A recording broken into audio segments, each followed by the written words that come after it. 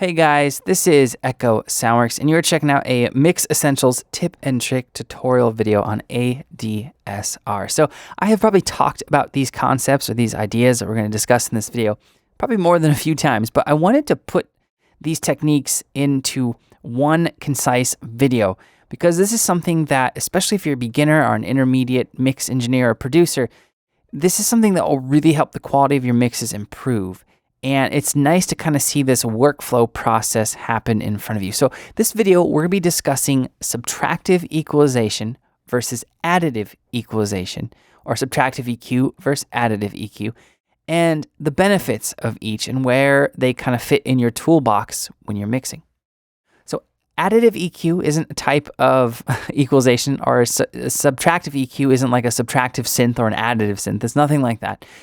Subtractive EQ or additive EQ literally just means that on one, you're subtracting frequencies from a sound, and on the other, you're adding frequencies with the equalizer. Now, there are a place for both of these in your mixes. There are some sites and some things and some resources online that will say, never do additive EQ, it adds phase and all this other stuff.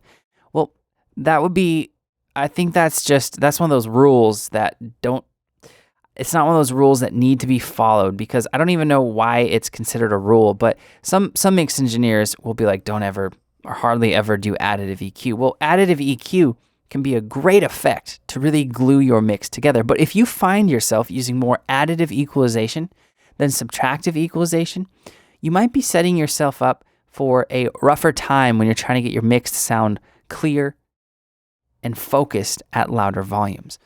So let's listen to this example real quick, and then we're going to run through the different EQ, subtractive EQ edits, and the slight additive EQ edits that I've done to this little mix. Now, this is a really basic track. It's only about 10 parts deep.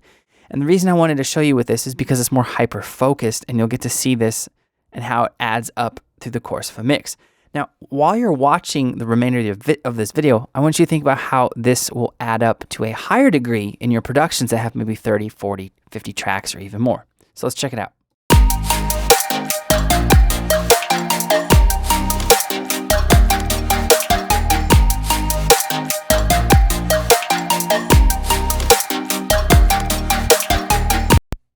All right, you get the idea. Now, this first track is the lead, and it is a pluck sound, okay? Now, you can see here on this EQ that I have taken pretty much everything away from about just a shade under 500 hertz down. And you might be thinking, well, why would I do that? Because there's probably, this is a lead sound. Do I really need to do that? Well, the answer is yes. If we have the analyzer on while we play this, see all that information down there? That's just unneeded. It's going to do two things. It's going to eat up my headroom, and it's going to clash with the bass and the chords. So just get it out of there. Clean your mix up with subtractive EQ. It should be one of the first things you do on every track.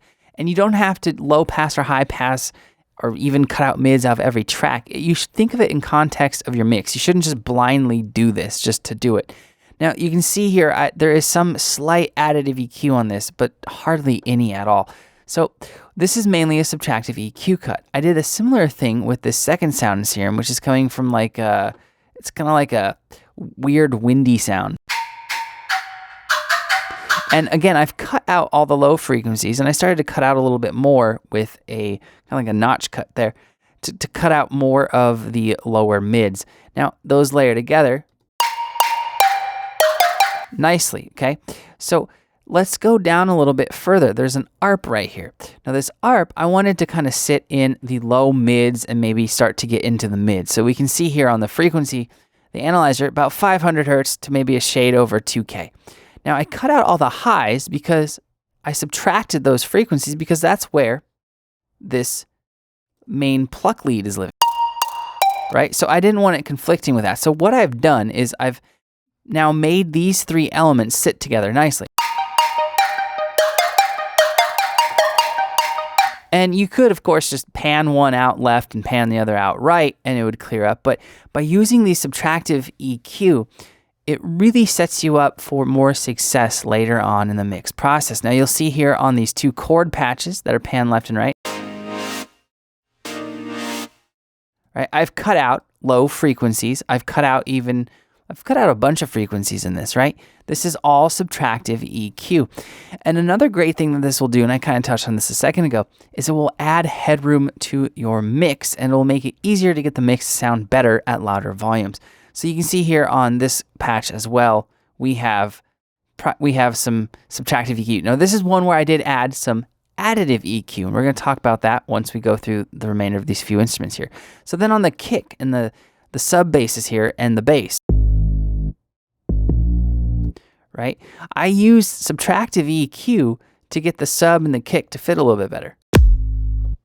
So I took out kind of that thwap at about 100 hertz on the sub, and I took out the very, very low sub frequencies on the kick, and that subtractive EQ helps those fit together. So that's where subtractive equalization comes into play in a mix.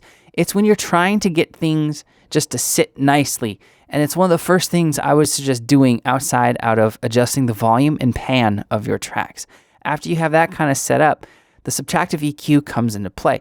Now, when I'm doing additive EQ, I actually save that towards one of the end parts of my mixing process, and a lot of engineers will do the same because you kind of need to have a mix going before you're going to add a bunch of frequencies, because you may not need to add those frequencies to the instrument, or it may not sit well in the mix. It may bring it out too much, or may make it sound fatiguing to the ear.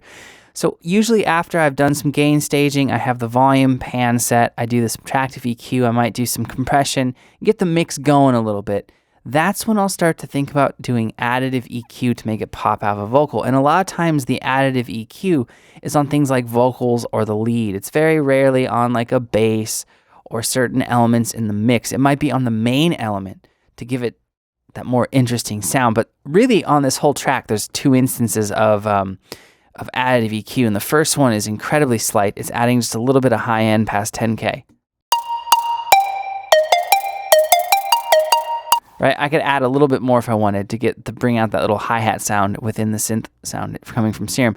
Now this one right here, I did add some of these mids from 2K to 5K, and I did that for a reason, because I know that the human ear hears pretty well at that frequency because it's near where we talk.